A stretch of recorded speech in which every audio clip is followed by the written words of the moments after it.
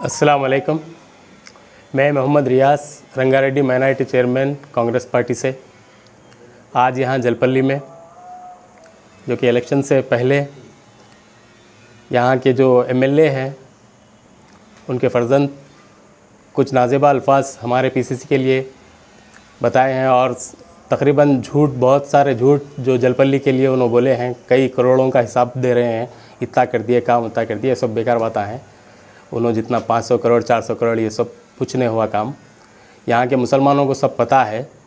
और आप कांग्रेस के ख़िलाफ़ बोलने से पहले ज़रा सा सोचिए, आप 15 साल कांग्रेस के साथ आपके वालिदा रह चुके हैं और 15 साल तक बहुत मिनिस्ट्री करे, वो करे, सब कुछ करे, उनको जो जो मिलना था सब मिला। और आज 5 साल पहले भी उन्होंने यहाँ से महेश्वरम से कांग्रेस ही में रहकर जीत कर टीआरएस में गए, क्योंकि ये महेश्वरम एरिया जो है कांग्रेस का है। आज उनको डर है कि ये फिर, मैं तो अब टीआरएस में हूँ, कांग्रेस पार्टी ना जीत जाए, ये डर से। और आजकल राहुल गांधी के चर्चे जो चल रहे हैं उसके डर से केसीआर सब परेशान है। ये बौखलाहट में वो कुछ भी बोले जा रहे हैं वो लोग कांग्रेस के ख़िलाफ़। तो मैं आपको जवाब देना तो मुनासिब नहीं समझता, क्योंकि मैं एक रंगारेड्डी डिस्ट्रिक्ट का चेयरमैन हूँ।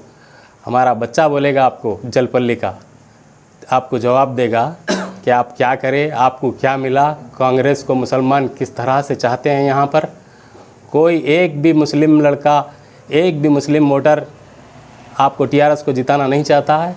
हम पूरा सर्वे कर चुके हैं, सब कांग्रेस के साथ में है।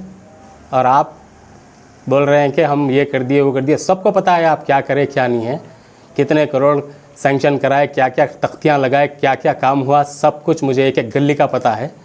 इसलिए क्योंकि मैं रहता यहीं पर हूँ। अस्सलाम वालेकुम। आज जो 2 दिन पहले या 1 दिन पहले जो हमारे कार्तिक साहब पे हमारे महेश्वरम के एमएलए मैडम के फर्जंद और ये बोल रहे हैं कि कांग्रेस पार्टी और रेवंत रेड्डी साहब के अल्फाज से कुछ अल्फाज बोले हैं, जो अल्फाज हम सब कांग्रेस के हर लीडरान को बहुत बुरा लगा है। उसके बदल हम ये बोलना चाह रहे हैं कि कांग्रेस पार्टी क्या करी, क्या नहीं करी, आपको भी मालूम है, आपके वालिदैन को भी मालूम है। 2002 में जब आप चेवल्ला में थे, इंदिरा रेड्डी साहब के डेथ के बाद वाईशेखर रेड्डी साहब जब आपके पास आके कांग्रेस पार्टी में आपके वालिदैन को 2004 में मिनिस्टर बना के एमएलए जीते। उसके बाद 2009 में फिर आपको कांग्रेस से ही टिकट दिया गया। आप 9 में फिर कैबिनेट मिनिस्टर बन के तेलंगाना कंबाइंड यूनाइटेड आंध्र और तेलंगाना के आप होम मिनिस्टर थे। उसके बाद फिर आपको कांग्रेस पार्टी एमपी की सीट भी थी 2014 में। कार्तिक साहब को आपको 2014 में फिर एमपी की सीट भी दी गई कांग्रेस पार्टी की तरफ से।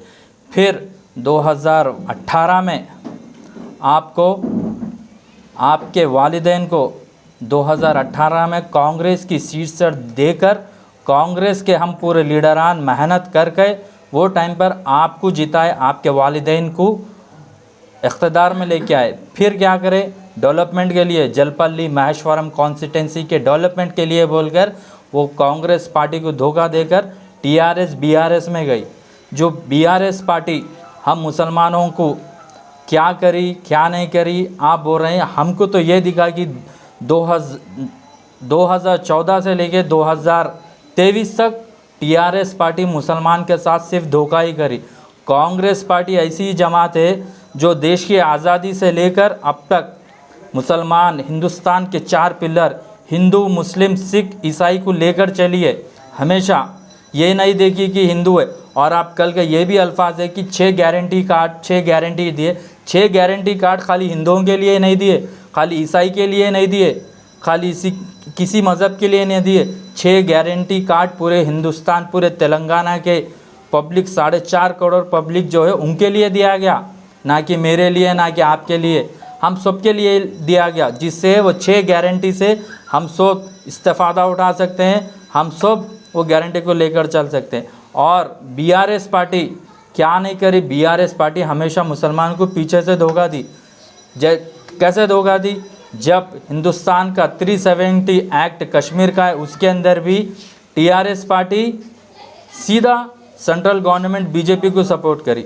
उसके बाद फिर ट्रिपल तलाक, उसके अंदर मुसलमानों को धोखा देकर सीधा सेंट्रल गवर्नमेंट की हुकूमत जो बीजेपी हुकूमत है उनको सपोर्ट करी। प्रेसिडेंट इलेक्शन के अंदर वो भी इलेक्शन के अंदर आप देखा जा सकते हैं जो सेकुलर पार्टी के कैंडिडेट थे उनको सपोर्ट न करके जो बीजेपी के एनडीए के पार्टी के कैंडिडेट वाइस प्रेसिडेंट और वाइस प्रेसिडेंट को टीआरएस बीआरएस उनको सपोर्ट करी। और डीमोनेटाइजेशन के टाइम पे भी सेंट्रल गवर्नमेंट के स्कीम्स को बिल्स को सपोर्ट कर आज हिंदुस्तान के इकोनॉमी को इतना बद से बदतर कर दिए हैं कि कोई पूछ नहीं सकता। आज अपनी इकोनॉमी, हिंदुस्तान की इकोनॉमी ज़ीरो पर जा रही है। हमेशा देखते गए तो अपना ग्राफ बढ़ रहा नहीं, गिर रहा है। मनमोहन सिंह साहब के टाइम पे 2004 से लेकर 2014 तक इंडिया में फर्स्ट टाइम इतनी अपनी इकोनॉमी ग्रोथ हुई थी। वो इकोनॉमी की ग्रोथ को ख़त्म कर आपकी बीआरएस पार्टी में आप आकर सिर्फ 4 साल हुए। इससे पहले वो बीआरएस पार्टी आपकी भी नहीं थी। आप खुद बीआरएस के आप होते बोले तो कैसा, आप हमारी पार्टी से जीत कर एमएलए बने, उसके बाद आप मिनिस्टर पोस्ट के लिए गए हैं। मिनिस्टर पोस्ट के लिए गए हैं, डेवलपमेंट के लिए बोले, डेवलपमेंट जाकर। और आप 9 साल, आप इससे पहले भी एमएलए आप ही थे हमारे पास, कोई और नहीं था। 2004 में, 2014 में और ये कांग्रेस जमात का अड्डा है महेश्वरम। आप देख सकते हैं कि 2014 में भी टीगला कृष्णा रेड्डी साहब टीआरएस के टिकट पर नहीं जीते, वो टीडीपी के टिकट पर जीतकर टीआरएस में मर्ज हुए। जैसे कि आप कांग्रेस की 2018 में आपके वालिदा टीआरएस कांग्रेस की सीट पर जीतकर टीआरएस और बीआरएस में जैसा मर्ज हुए, सेम। तो आपको ये सोचना चाहिए कि ये महेश्वरम जो अड्डा है कांग्रेस का अड्डा है, कांग्रेस का अड्डा है। हमेशा कांग्रेस का ही यहाँ पर झंडा लहराया जाएगा और कांग्रेस ही रहेंगे। और आप बोल रहे हैं कि मैं बटन पे जलपल्ली के अंदर आईटी लेके आऊँगा, जैसे कि आईटी अकबर बाग में बना है वैसा आईटी, और रेसिडेंशियल स्कूल आएगा, गवर्नमेंट हॉस्पिटल आएगा। ये जो चीज़ें हैं, ये चीज़ बहुत पहले आना चाहिए था, बहुत पहले आना चाहिए था, इससे पहले भी। और आपके वालिदा सिर्फ इलेक्शन के डर से कहाँ हम इलेक्शन हार जाएंगे बोल के लास्ट मोमेंट पर आकर हम जलपल्ली के मुसलमानों को ये करें। आप अगर चाहे इक़्तिदार में बैठकर आप मिनिस्ट्री है, आप कभी मुसलमान के लिए आवाज़ उठाए, कभी मुसलमान के बिल के लिए कोई एप्लीकेशन लिख के दिए?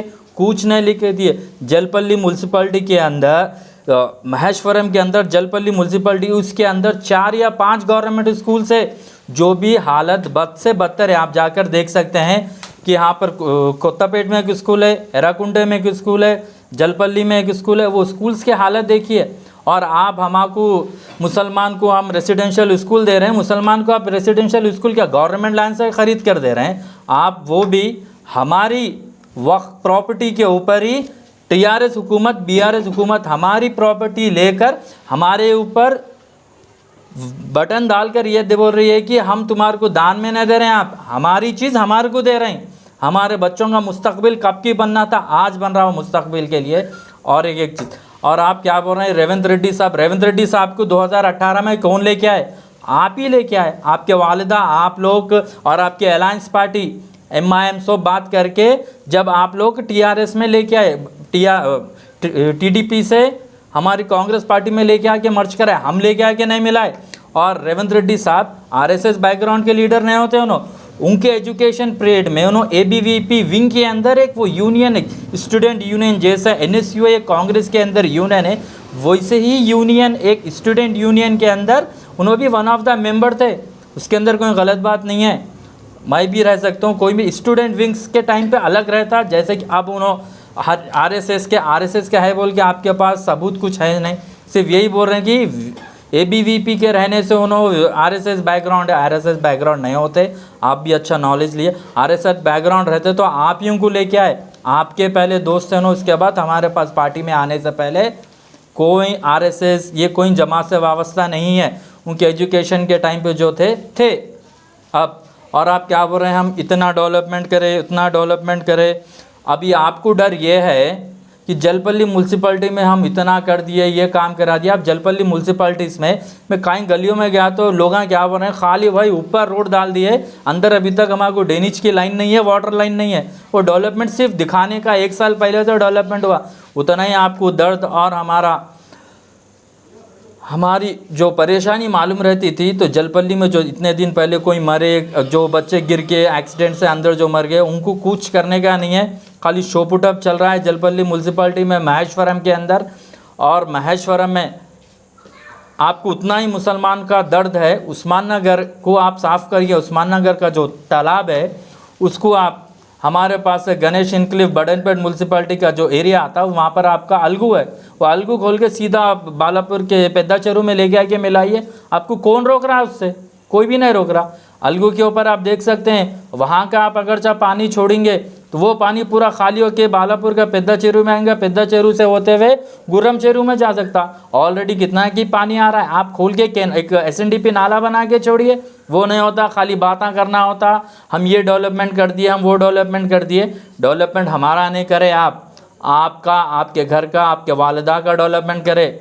कार्तिक साहब, जो भी डेवलपमेंट हो रहा है वो भी डेवलपमेंट हम पब्लिक के पैसे से डेवलपमेंट हो रहा है। कोई हुकूमत अपने जेब से लगाकर पैसे से डेवलपमेंट नहीं कर रही है। जलपल्ली रहो, बडनपेट रहो, मीरपेट रहो, हम लोग हाउस टैक्स पे कर रहे हैं।